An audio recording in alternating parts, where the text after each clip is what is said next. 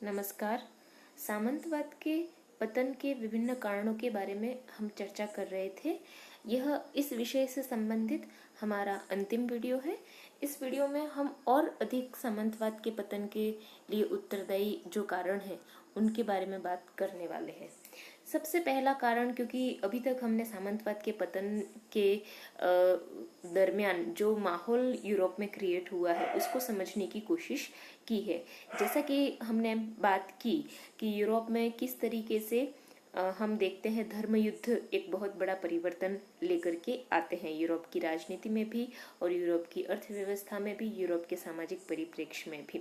उसके साथ ही हमने बात की ब्यूबोनिक प्लेग के बारे में भी और शतवर्षीय युद्ध यानी कि 100 ईयर्स वॉर्स के बारे में भी, जो कि इंग्लैंड और फ्रांस के बीच लड़े गए थे। इन सब के अलावा जो यूरोप में उस समय पर सामंत मौजूद थे वो सामंत भी आपस में युद्धरत होते थे। तो इस तरीके की परिस्थितियों में यूरोप में एक तरीके की अव्यवस्था का, उपद्रव का माहौल पैदा हो चुका था। तो इन परिस्थितियों ने ही एक तरीके से सामंतवाद को जन्म दिया था। जब हमने सामंतवाद के उदय के बारे में बात की थी तो हमने बात की थी कि किस तरीके से विभिन्न कबीलों का जो आक्रमण यूरोप पर हो रहा था रोमन साम्राज्य के पतन के बाद और उसके बाद शालमैन के साम्राज्य के पतन के बाद, तो उस अव्यवस्था से उबारने के लिए सामंतवादी व्यवस्था का जन्म एक तरीके से हुआ था। तो सामंतवादी व्यवस्था जो है, जिस समय पर इसका जन्म होता है उस समय पर यह अपने परिस्थितियों के अनुकूल होती है, लेकिन धीरे धीरे इसमें जो बुराइयां आने लग जाती हैं उस वजह से यह व्यवस्था फिर उन्हीं परिस्थितियों की शिकार हो जाती है। यानी कि जिस अव्यवस्था के कारण सामंतवादी व्यवस्था का उदय हुआ उसी अव्यवस्था के माहौल में इसका पतन भी होता है। और इसी अव्यवस्था का शिकार जब यूरोप होता है तो एक शक्तिशाली केंद्रीय सरकार की आवश्यकता महसूस होने लगती है, जो कि सामंतवाद को बिल्कुल ही एक तरीके से डिस्ट्रॉय कर देती है। सामंतवाद के पतन के बारे में हम अगले अगर कारण की चर्चा करते हैं तो अगला जो कारण है वो है किसानों के बार बार होने वाले विद्रोह। यद्यपि किसानों के विद्रोह पहले भी होते थे, लेकिन जब हम 14वीं शताब्दी के दौर में पहुंचते हैं तो किसानों के विद्रोह अलग ही रूप धारण कर लेते हैं। इसलिए क्योंकि हमने जैसा कि देखा कि 1346-47 ईस्वी से ब्यूबोनिक प्लेग की जो महामारी है वो यूरोप में फैल चुकी होती है, जिसकी वजह से बहुत ज्यादा जनधन की हानि होती है। तो प्लेग की इस महामारी के कारण किसानों की संख्या जो है वो काफी कम हो जाती है। इस महामारी से जब यूरोप निकल कर आता है तो किसान काफी कम रह जाते हैं।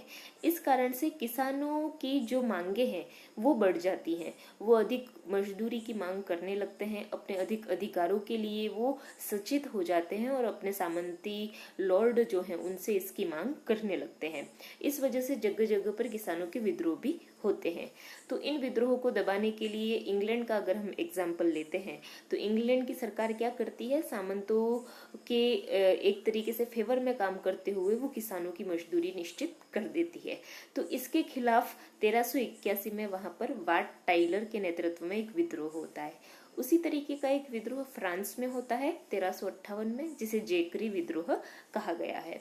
14वीं शताब्दी के किसान विद्रोह जो हैं उस समय उनकी पावर जो है वो इस दो वजहों से इंक्रीज होती है। एक तो जैसा हमने कहा कि किसानों की संख्या, उनकी तादाद जो है वो कम हो चुकी है, तो उस वजह से वो अपनी शर्तें मनवाने में उसका उपयोग कर सकते हैं। और दूसरा, क्योंकि हमने पहले भी जैसे बात की थी कि व्यापार वाणिज्य जो है वो धर्म युद्धों की वजह से व्यापार वाणिज्य जो है वो वापस से प्रगति करने लगता है। तो अब किसानों के पास सिर्फ खेती ही एकमात्र साधन नहीं है, अब वो शहर जा करके वहां पर मजदूरी कर करके और व्यापार वाणिज्य में हिस्सा लेकर के वो अपनी आजीविका कमा सकते हैं। तो एक तरफ तो किसान जो है वो सामंतों के खिलाफ विद्रोह कर रहे हैं और सामंती प्रथा को कमजोर कर रहे हैं, दूसरी तरफ वो व्यापारियों को भी लाभ पहुंचा रहे हैं, क्योंकि व्यापारियों को भी अपने उद्योग धंधों को मजबूत करने के लिए मजदूरों की आवश्यकता थी, जो कि उन्हें किसानों के रूप में ही अवेलेबल हो सकते थे। तो यही वजह होती है कि व्यापारी वर्ग जो है वो भी किसानों के विद्रोहों का समर्थन करता है। किसानों के विद्रोह के बारे में अब हम जब अगले कारण की बात कर रहे हैं, क्योंकि हम व्यापार वाणिज्य के बारे में बात कर रहे हैं, तो इस दौर में व्यापार वाणिज्य एक धर्म युद्ध के कारण जो है वो काफी ज्यादा इंक्रीज होने लगता है। सामंती व्यवस्था में व्यापार वाणिज्य होता तो था, लेकिन उस समय पे क्योंकि जमीन पर आधारित अर्थव्यवस्था थी और कृषि प्रधान अर्थव्यवस्था थी, अतः व्यापार जो है वो उस उतने मुक्त तरीके से नहीं हो पाता था। जैसा कि हमने मेनोरियल सिस्टम के बारे में भी बात की थी, तो मेनोरियल सिस्टम को हमने एक ऐसे विलेज के तौर पे या एक ऐसे एरिया के तौर पे देखा था जो कि एक तरीके से सेल्फ सफिशिएंट था, जिसमें बाहर से चीजों का आदान प्रदान जो है वो काफी कम होता था। तो लेकिन जब धर्म युद्ध हुए तो धर्म युद्ध के फलस्वरूप आवागमन जो है वो पूर्वी एशियाई देशों के साथ, पूरब के साथ इनका आवागमन जो है वो काफी बढ़ गया, जिस वजह से व्यापार बढ़ा। व्यापार बढ़ने से व्यापारी वर्ग समृद्ध हुआ और व्यापारी वर्ग जैसे जैसे समृद्ध होता गया तो नगरों का भी विकास हुआ। व्यापार का जो वातावरण है और सामंती प्रथा का जो वातावरण है वो दोनों एक दूसरे के बिल्कुल ही उलट थे। जैसा कि जर्मनी में एक कहावत प्रचलित हुई थी कि शहर की हवा लोगों को आजाद बनाती है, उनको उन्मुक्त ख्यालों वाला बनाती है।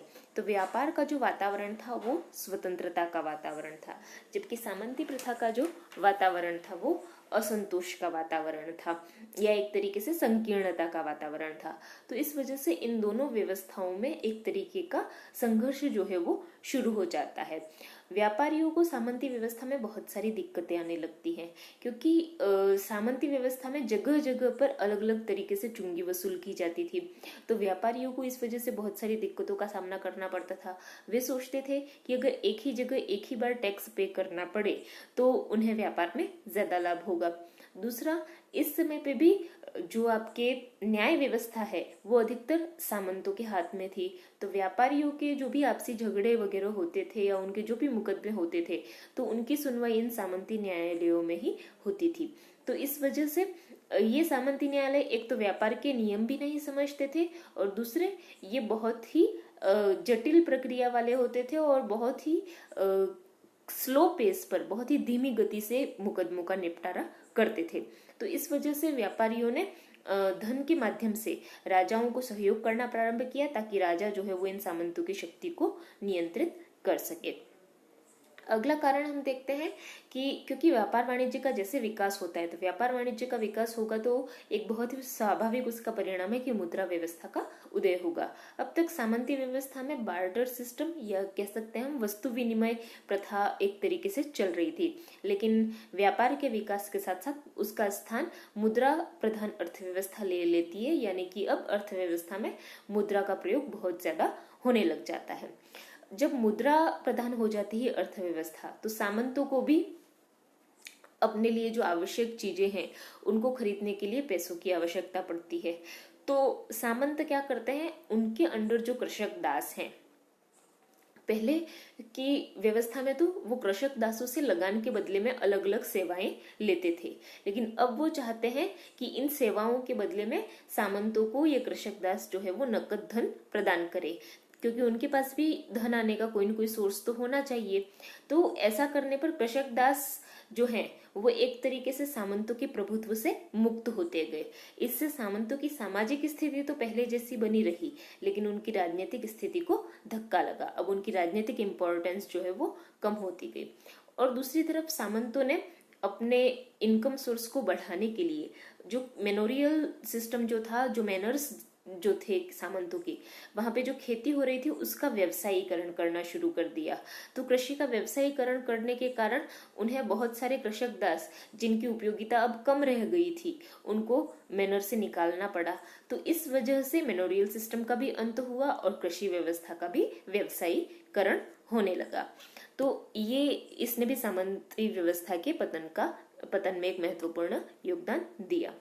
अब एक तरीके से हम जो एक अंतिम ब्लो है सामंती व्यवस्था के पतन पर, उसके बारे में बात कर रहे हैं। यह है राष्ट्रीय राज्यों का उदय। क्योंकि हमने जैसे बात की कि शतवर्षीय युद्ध के बारे में, जब हमने बात की थी 100 Years वॉर्स के बारे में, और अगर आप पिछले वीडियो को याद कर पा रहे हैं तो हमने जोन ऑफ आर्क के बारे में भी बात की थी, फ्रांस की एक किसान लड़की के बारे में, जिसका इन्वॉल्वमेंट किस तरीके से राष्ट्रीयता की भावना जो है वो बढ़ाता है फ्रांस में। तो शतवर्षीय युद्ध जो है उसी समय से यूरोप में एक तरीके से राष्ट्रीयता की भावना जो है वो इमर्ज होने लग जाती है। लेकिन इसके साथ साथ जैसा कि हमने बात की कि मध्यकालीन अर्थव्यवस्था जो है वो सिर्फ उपभोग पर आधारित अर्थव्यवस्था है, अपने जीवन के निर्वाह पर आधारित अर्थव्यवस्था है। लेकिन अब जो आधुनिक अर्थव्यवस्था आ रही है उसमें व्यापारियों के बीच में एक तरीके का कंपटीशन है और उनका मोटो है प्रॉफिट मेकिंग, यानी कि लाभ कमाना। तो एक मुनाफा प्रधान अर्थव्यवस्था जो है वो अब उसका स्थान ले रही है। तो अब ये व्यापारी वर्ग जो है, क्योंकि वो अधिक से अधिक मुनाफा कमाना चाहते हैं, तो इस वजह से वो चाहते हैं कि उन्हें शांति व्यवस्था मिले। अव्यवस्था के माहौल में क्योंकि व्यापार का विकास होना असंभव है, तो इसलिए वो एक शांति व्यवस्था की स्थापना करना चाहते हैं। और शांति व्यवस्था की जो स्थापना है वो एक सेंट्रल पावर के द्वारा, जो कि पावरफुल पोजीशन में हो, तो एक सेंट्रल पावर के द्वारा ही वो की जा सकती थी। तो इस वजह से इन्होंने, व्यापारी वर्ग ने राजा को आर्थिक सहयोग देना शुरू कर दिया। और जब उन्होंने राजा को आर्थिक सहयोग देना शुरू किया तो राजा ने अपनी आर्मी रखनी शुरू कर दी, जिसके कारण उसका सामंतों पर जो निर्भरता थी वो कम होती चली गई और वो सामंतों को नियंत्रित भी कर पाए। तो जिस व्यापारी वर्ग और राजा, ये दोनों, इन दोनों ने एक दूसरे की आवश्यकताओं को पूरा करने का कार्य किया। जहां सामंतों के खिलाफ राजा को व्यापारियों के द्वारा आर्थिक सहयोग की जरूरत थी, वहीं व्यापारियों को भी अपना व्यापार बढ़ाने के लिए और शांतिपूर्ण तरीके से व्यापार करने के लिए एक शक्तिशाली केंद्रीय सत्ता की आवश्यकता थी। तो इनके द्वारा आपस में जो कोऑपरेशन किया गया उसने भी सामंती व्यवस्था को अंतिम रूप से पतन की ओर धकेलने का कार्य किया है। इसके बाद क्योंकि राष्ट्रीय राज्यों का उदय जब हो जाता है तो उसके बाद क्योंकि हम देखेंगे, जैसा कि हमारे जो इस यूनिट के अगले चैप्टर्स हैं उसमें हमारे जो अगले टॉपिक्स हैं वो है पुनर्जागरण और धर्म सुधार आंदोलन।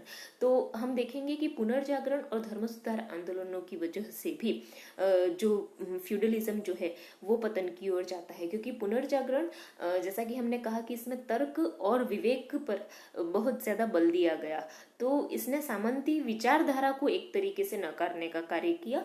और धर्म सुधार आंदोलन ने जो क्रिश्चियन चर्च था उसकी रूढ़िवादिता पर प्रहार किया। और क्योंकि उस समय तक क्रिश्चियन चर्च जो है वो एक तरीके से सामंती व्यवस्था का आधार बना हुआ था, तो जब आधार ही ढह जाता है तो सामंती व्यवस्था का जो किला है उसका ढहना स्वाभाविक ही है।